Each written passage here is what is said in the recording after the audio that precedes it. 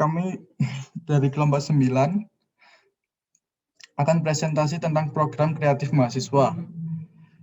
Kelompok 9 memiliki anggota kelompok Gregorius Vigiawan Atu, Rahmadani Asrori, Distia Kristianes. Pengertian program kreatif mahasiswa. Kreativitas memegang peran penting dalam kehidupan dan perkembangan manusia.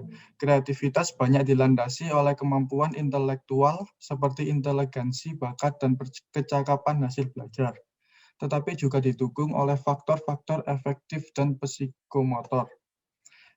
Kreativitas merupakan kemampuan yang mencerminkan kelancaran, keluasan, dan orisinalitas dalam berpikir serta kemampuan untuk mengelaborasi suatu gagasan. Proses munculnya hasil-hasil baru dalam suatu tindakan, kemampuan untuk menciptakan hasil yang sifatnya baru, inovatif, belum ada sebelumnya, menarik, aneh, dan berguna bagi masyarakat. Dan kreativitas juga merupakan bagian integrasi dari pemikiran sivitas akademika kampus, khususnya mahasiswa, di mana kreativitas adalah kemampuan untuk menciptakan hal-hal baru yang belum pernah ada sebelumnya.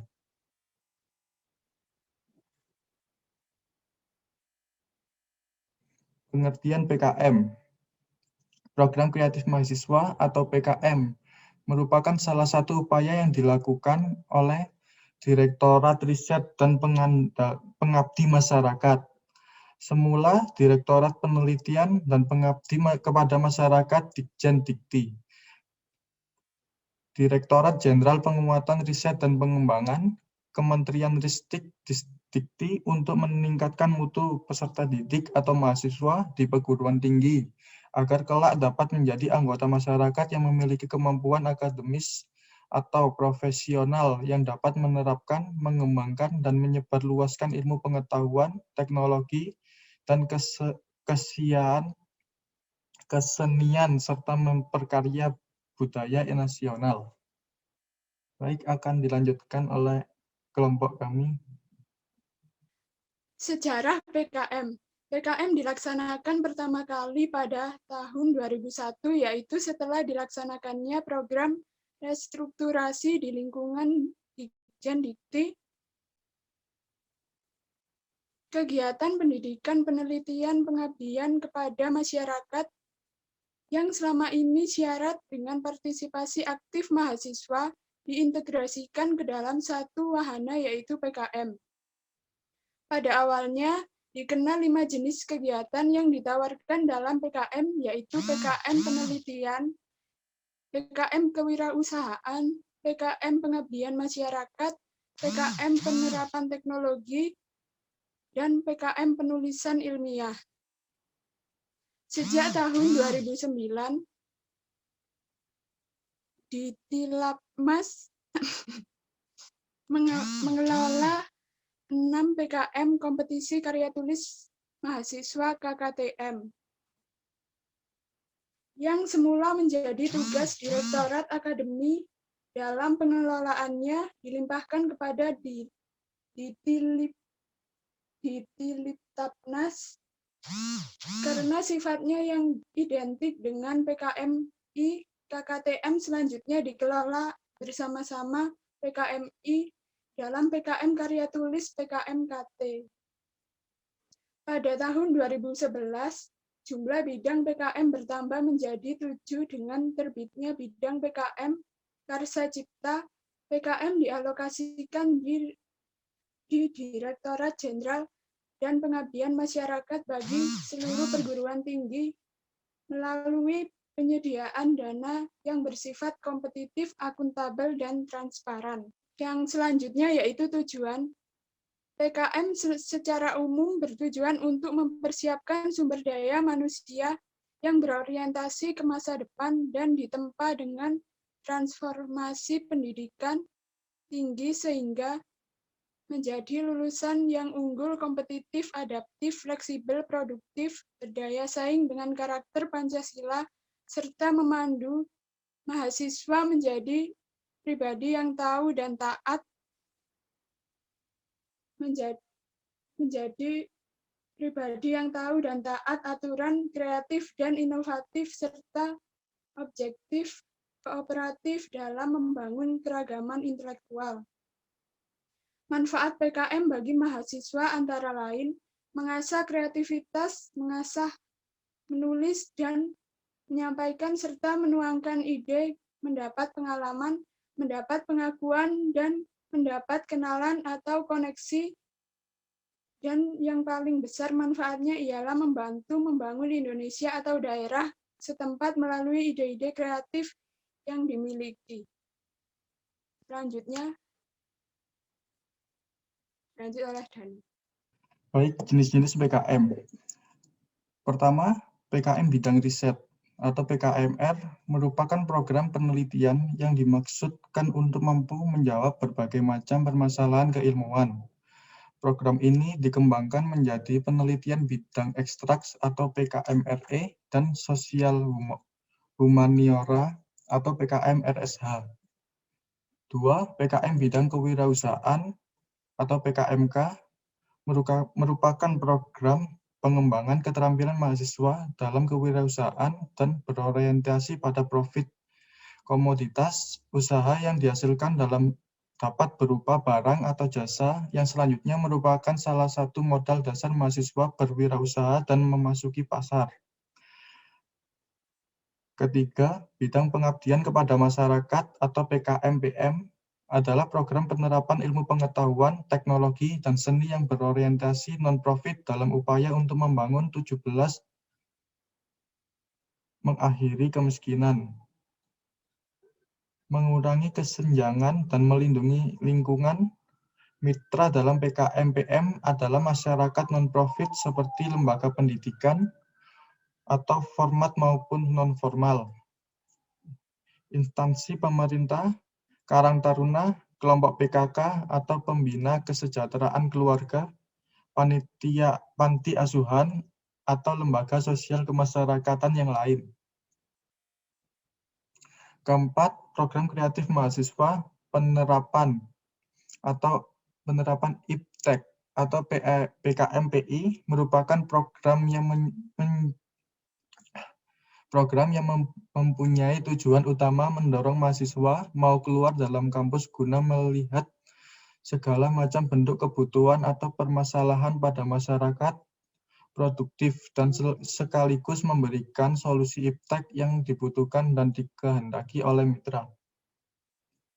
Kelima, program kreatif mahasiswa Karsa Cipta atau PKMKC merupakan program penciptaan yang didasari atas karsa dan nalar mahasiswa, bersifat konstruktif, serta menghasilkan suatu sistem, desain, model atau barang, atau prototipe, dan sejenisnya.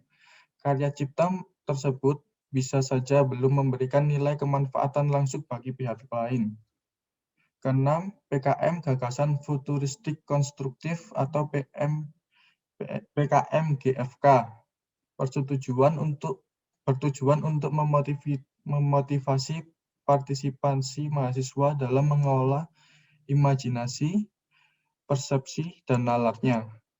Memikirkan tata kelola yang futuristik namun konstruktif sebagai upaya mencapai tujuan SDGs di Indonesia maupun solusi keprihatinan bangsa Indonesia. Ketujuh, program kreatif mahasiswa Gagasan Tulis atau PKMGT merupakan salah satu bidang PKM karya tulis.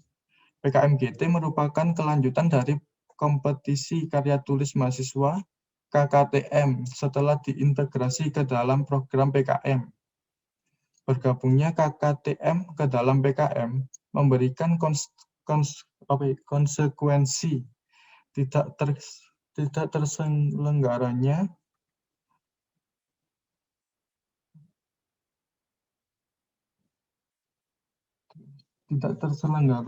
jenia kompetisi antara wilayah sebagaimana terjadinya sebelumnya.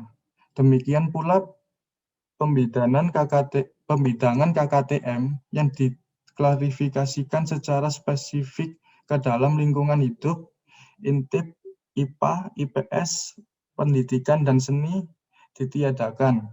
dalam kompetisi PKMGD tidak mempertimbangkan bidang ilmu. Selanjutnya akan dilanjutkan oleh Disti.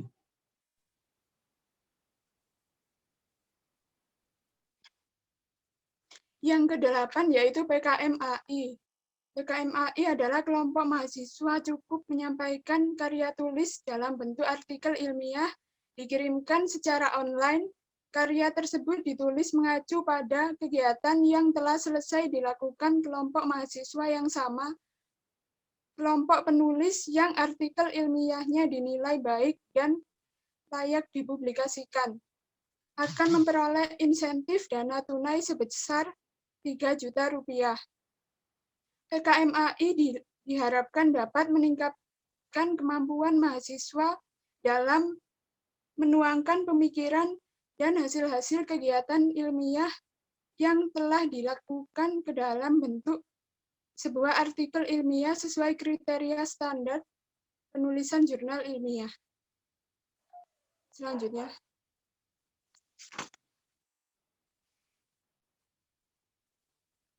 Sistematika penulisan proposal PKM, yaitu yang pertama PKM bidang riset atau PKMR, yaitu sistematikanya terdapat struktur bab 1 pendahuluan, bab 2 tinjauan pustaka, bab 3 metode penelitian, bab 4 biaya dan jadwal kegiatan,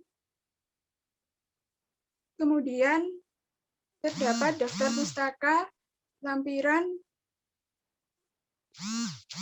seperti itu. Yang kedua, PKM bidang kewirausahaan. Yang ketiga, PKM bidang pengabdian masyarakat. Yang keempat, PKM penerapan iptek. Yang kelima, PKM bidang karsa cipta.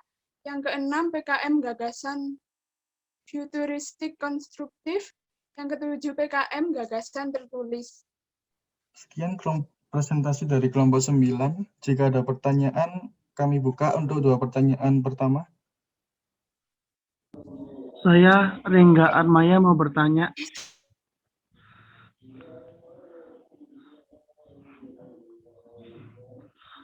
Sebelumnya apakah suara saya terdengar dengan jelas? Terdengar. Sudah. Di sini saya mau bertanya, apabila seorang mahasiswa tidak dibekali kemampuan penulisan PKM yang baik, maka apa yang akan terjadi? Coba jelaskan. Terima kasih.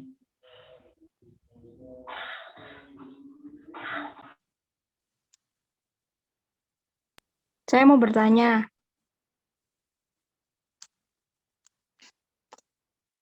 Iya, silahkan. Pertanyaan saya, apa saja poin-poin penilaian yang harus diperhatikan dalam penulisan proposal? Dalam penulisan proposal PKM. Terima kasih. Baik, saya akan menjawab pertanyaan dari Rengga Armaya.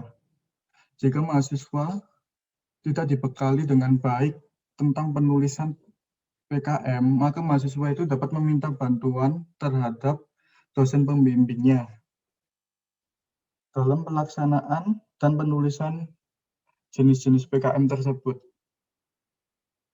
Gimana, Mas Rengga? Iya, maksudnya yang saya tanyakan itu, apabila mahasiswa itu tidak dibekali dan maksudnya tidak dibekali itu maksudnya tidak mampu menguasai materi PKM, kedepannya itu bakal terjadi seperti apa gitu.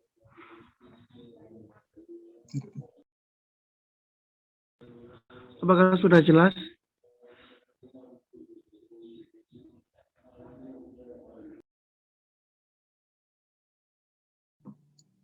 Oh, baik. Jika mahasiswa itu tidak dibekali, maka dalam penulisannya itu mahasiswa akan tidak tertib dalam penyusunan kata dan penyusunan sistematika penulisan PKM tersebut. Begitu, Mas Rengga.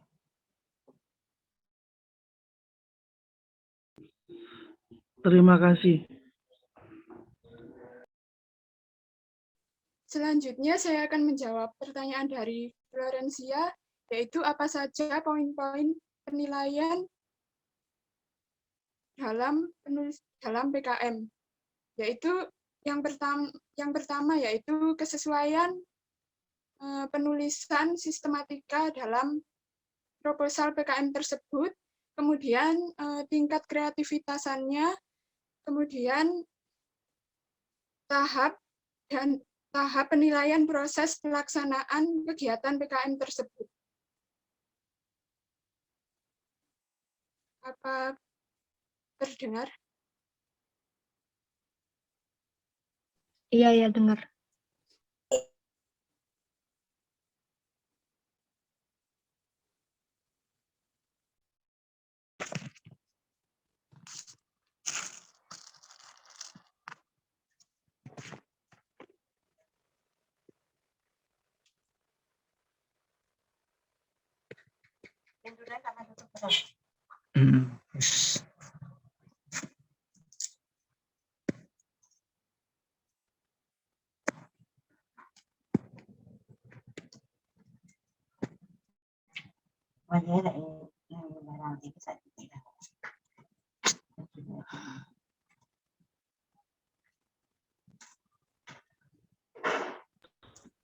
Dimut pasti ya. Iya, saya akan menjawab pertanyaan dari Ismayani, yaitu seperti yang kita ketahui bahwa ada 8 jenis PKM yang pastinya memiliki tujuan yang berbeda-beda. Pertanyaannya, kenapa harus berbeda-beda pada penulisan setiap PKM? Terima kasih. Kenapa harus berbeda? Yaitu setiap PKM itu memiliki tujuan yang berbeda-beda. Contohnya yaitu dalam PKM IPTEK dengan PKM pengabdian masyarakat itu tujuannya berbeda. PKM IPTEK itu lebih menjerumus ke mitra atau kerjasama ke yang profit atau yang produktif, sedangkan dalam pengabdian masyarakat untuk masyarakat yang non produktif atau non profit. Di situ jika profit kan terdapat seperti anggaran dan lain-lain, sedangkan jika non profit itu tidak ada. Jadi di situ bisa dilihat bahwa sistematikanya dalam PKM itu berbeda. Terima kasih. Apa bisa dipahami? Oh, jadi lihat sistematikanya berbeda itu karena tujuannya berbeda gitu ya. Makanya penulisannya berbeda. Oke, terima kasih, Desti. Sama-sama.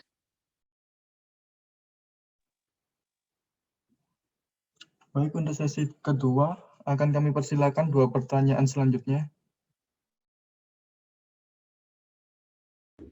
Saya ingin bertanya.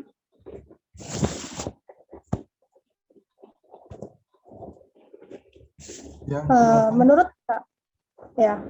Menurut pendapat kelompok 9, apa perbedaan dan bersamaan antara bidang PKMK dan PKMKJ? Jika dilihat dari paparan materi presentasi tadi, kedua jenis PKM tersebut sama-sama menghasilkan produk atau barang. Terima kasih.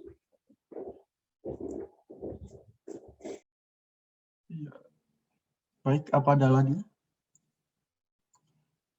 Baik, saya akan menjawab pertanyaan dari Della. Terdapat perbedaan dari PKMKJ dan PKMK, yaitu perbedaannya PKM Karsa Cipta itu menciptakan penciptaan yang didasari pada hasil karsa dan nalar, semacam sebuah pemikiran di mana itu berandai-andai suatu konsep yang membuat masyarakat lebih baik. Kedua, menghasilkan suatu sistem desain barang, prototipe, konsep, dan sejenisnya. Sedangkan jika PKM kewirausahaan itu lebih kepada jenis barangnya itu ada dan dapat untuk diperjualbelikan. Begitu, Della. Oke, baik. Terima kasih. Ya, sama-sama. Baik, apa ada pertanyaan lagi?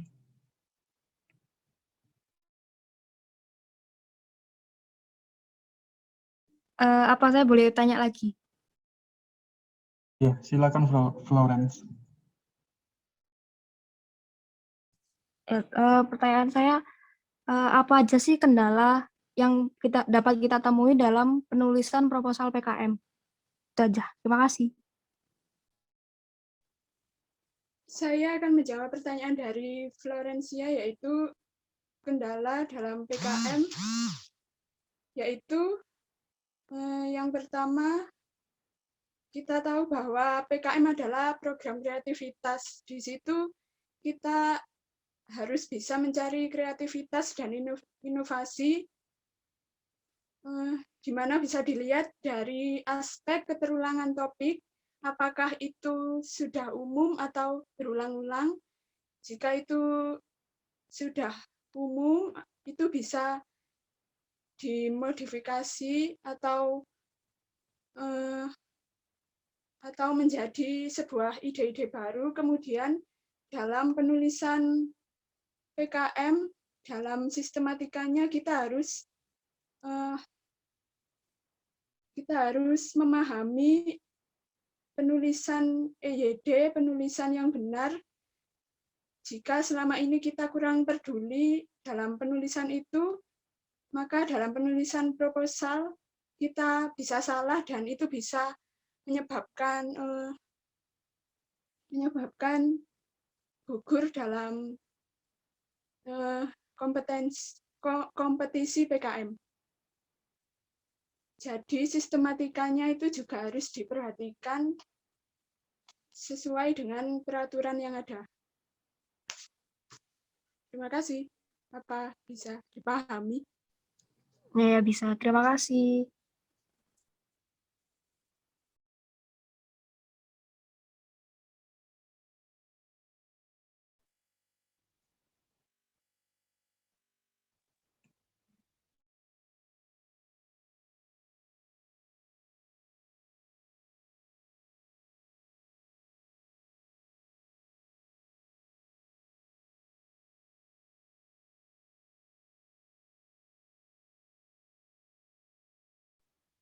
Baik, apa ada yang ingin ditanyakan lagi?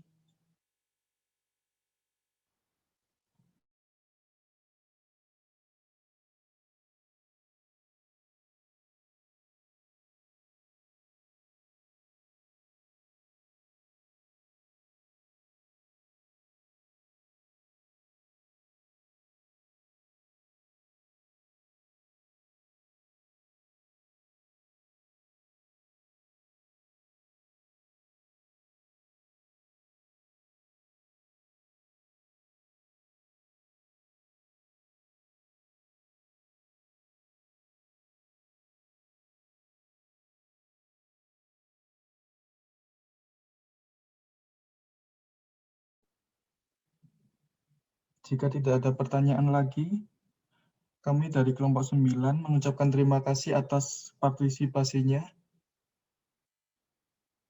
Dan sekian dari kelompok kami. Terima kasih. Terima kasih. Terima kasih. Terima kasih.